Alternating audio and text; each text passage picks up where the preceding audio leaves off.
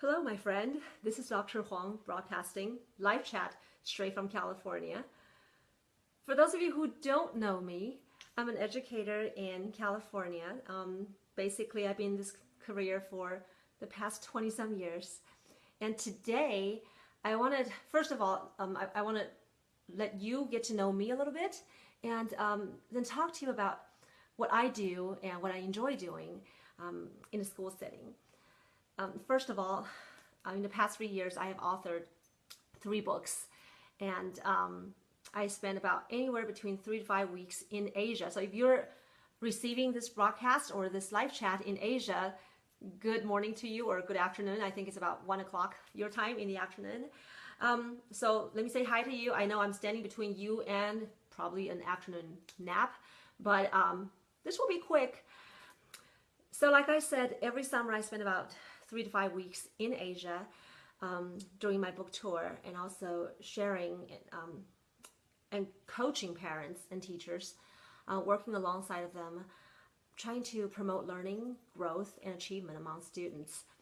And for the first time this past summer, I was in Asia for 5 weeks. It was a long time, but I was able to work with my favorite audience, parents, in different settings, and introducing technology to them and what we do as far as the 4 C's are concerned. So this is my sweet spot. I love talking to people about education, and today, making it my debut in English.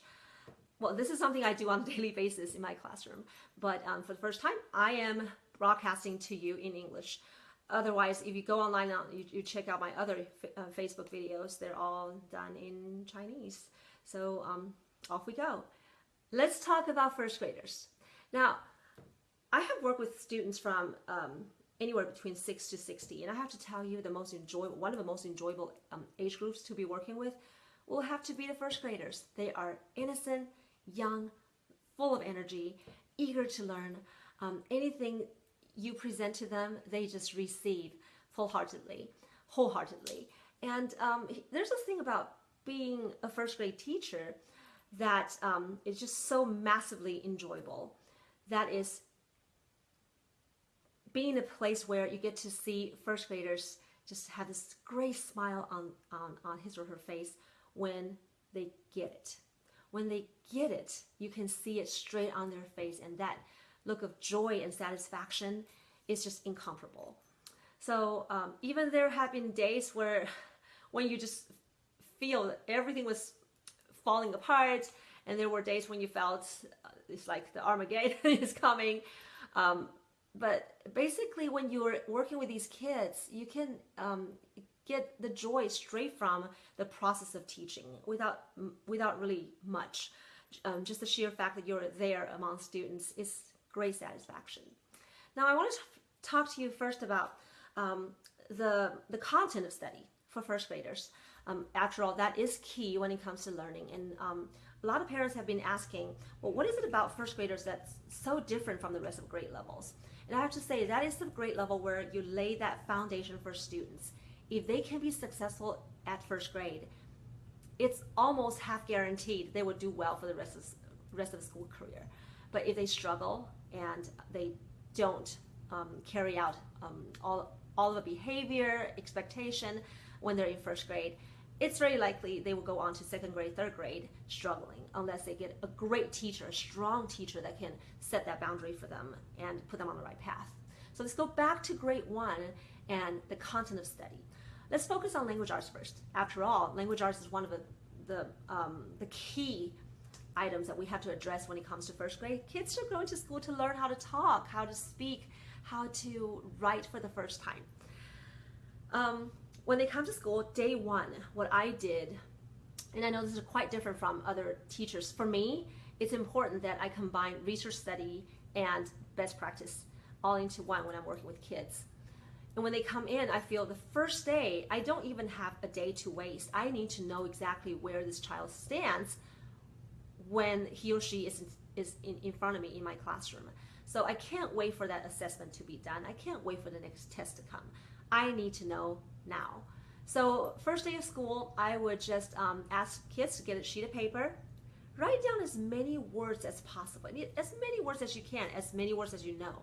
And you know what? Kids, they bite their pencil tip and they keep writing. Whatever word that comes to mind, names, places, and you will see they working on their paper continuously for the next 10, 15 minutes. And then you ask them to write down as many numbers as they know, as they can. And they continue to write all the way into 100, 200, depending on their capacity. The next chunk will be I see as one of the entryways into understanding the ability, the child's ability to read, is phonemic awareness and understanding of segmentation and syllabication. Let me first talk about phonemic awareness. Phonemic awareness is very different from phonics. Now, when we talk about phonics, is the sound of letters. So A will make the A sound, B will make the B sound, C makes the K sound. So when kids know their letters, they naturally learn the sound that accompanies that letter. But it does not guarantee the child's understanding of how phonics works. For example, phonemic awareness is the understanding, of course, the awareness of how to play with sound. So what we do, I will say a few words and I will ask the student to delete or add sounds. So for example, say yellow, and they will say yellow. Now say yellow without y, and the child likely will say lo. If the child can do that, then you go on with other words. Say blue without saying l, and the child will say boo. So you go on with a few words to see if the child has that foundation of the ability to delete or add sounds. The next part will be segmentation. Now, segmentation is the ability to take sounds, individual sounds, and be able to bring them together or separate them. So I'll probably say k, at, and I'll wait for the child to say cat. Or I will say cat, and I'll wait for the child to say k, at. And then, of course, we have syllabication. When a child is given a word, he, she should be able to figure out how many syllables are in the word. For example, if I say yellow, we normally have a child clap to the sound and go yellow. There are 2 syllables. And we say dictionary, dictionary. So if the child can do that, it tells you he, she can distinguish sounds within a word. And if they have this capacity to do so, then the ability to approach reading will be much stronger. So when a student comes to me on the first day of school, I want to know if a child has the ability to separate sounds, to combine sound, to delete sound. These are all important skills that a child needs to have before they can become fluent readers. So that is what we do on the first day of school to find out where the child stands as far as reading is concerned. The next thing to do is, of course, you want to find out about the child's ability to think in terms of math. So we talk about pattern, we talk about how to play with numbers, counting by 2, counting by 5. Now, when a child comes to school, a lot of times, especially for, and I know a majority of my audience at this point of time, you're Asian parents. When a student comes to school, we make sure that they know all of their sounds. We make sure they can write some of these letters and definitely numbers. But it does not guarantee that a child will have the basic sense of mathematics to be able to play with numbers. If you're working with a child at home, and I know a lot of Asian parents have shared with me, oh, the child is so bright, she's using the computer all the time, and she's on the computer all the time. Now, we want to make sure whatever the child is doing has someone right there with the child. There had been a study that was done a few years ago. This is a study done with students who had never been on a computer before. So we found students anywhere between 11 and 14, brought them into a lab. And again, given these students had never played with anything on a computer before, so these are not technology savvy students. We give the students technology on a tablet or device.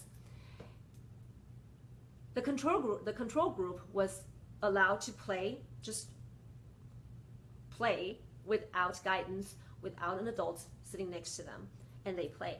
While the other group has an adult or a parent sitting with the student, playing alongside the student. 4 months later, we brought these students back, looked at the outcome. These are same students who started at the same point, same grades, and now the group that was playing on the device without guidance, now they're falling almost 1 school year behind. So it tells you it's not about the technology, it's about the guidance and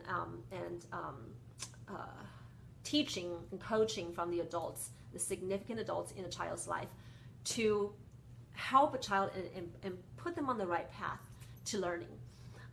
So if you have a child who's great with a device, make sure you spend time and talk them through the process, especially when they're really young. Now let's go to growth and emotional factors that affect learning in a classroom. As a first grader comes into school, a lot of times you find this child is crying in a classroom, sad, being sad easily. And we see this in the classroom all the time. We have first graders coming to school, first day of school, and they keep crying for the next 2 months, and they're still crying.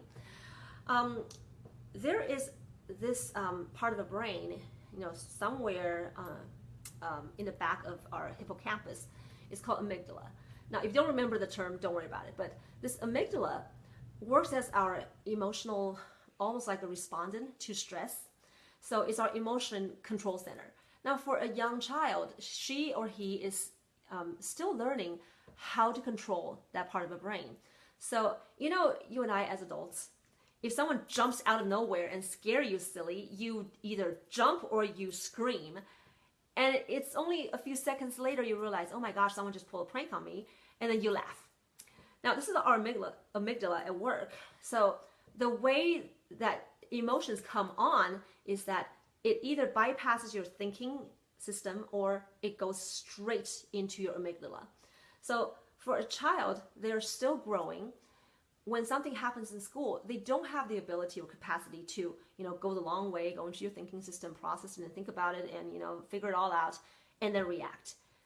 It goes straight to their amygdala and they react. And normally that reaction is crying. They don't know how to express themselves very well yet, and they're learning. Which is why it's important when a child is at home, we play games with his child. Can play school games. Kids love school games. You can line up little stuffed animals and just, play games at home and let them know, okay, this is what happens in school. This is what teacher will say. This is the kind of game people do in school. And this is how you react when a teacher asks you a question. This is how you react when a child next to you behaves a certain way.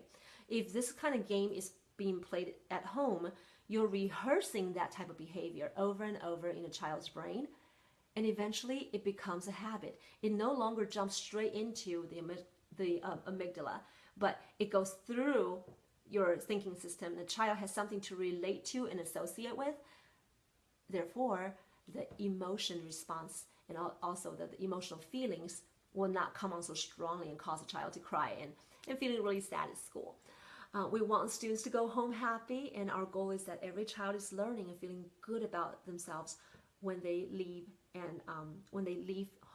for home at the end of the day. But then again, a lot of times it's a balance between being super nice to kids, and then you lose control of them. First graders, they can be silly sometimes. So it's about drawing that boundary for the students. And you know what? They love boundaries. Kids as young as 6 can tell you who is a great teacher and who is not. They know the person who can control that classroom is a competent teacher. And they know the person who's always allowing them to do whatever, they will love that person, but they will not think of that person as a great teacher. Same thing with parents. They know which one of the parents will be the one that they can get to and which one's the one they don't mess with. Kids have this innate feeling of where the boundary should be set, and they are in search of that healthy boundary. So it's up to the adults around these kids to promote this kind of growth within a student. So I wanted to share some of these tips and points with you today, just to pretty much approach a first grader from the areas of content study and also from their emotional behavior. If you have questions, please let me know just by either typing in here or send me a private message on Facebook. I would love to talk to you. And you know, I type so much faster in English than Chinese. But you know, every week I do these live chats just to share some information.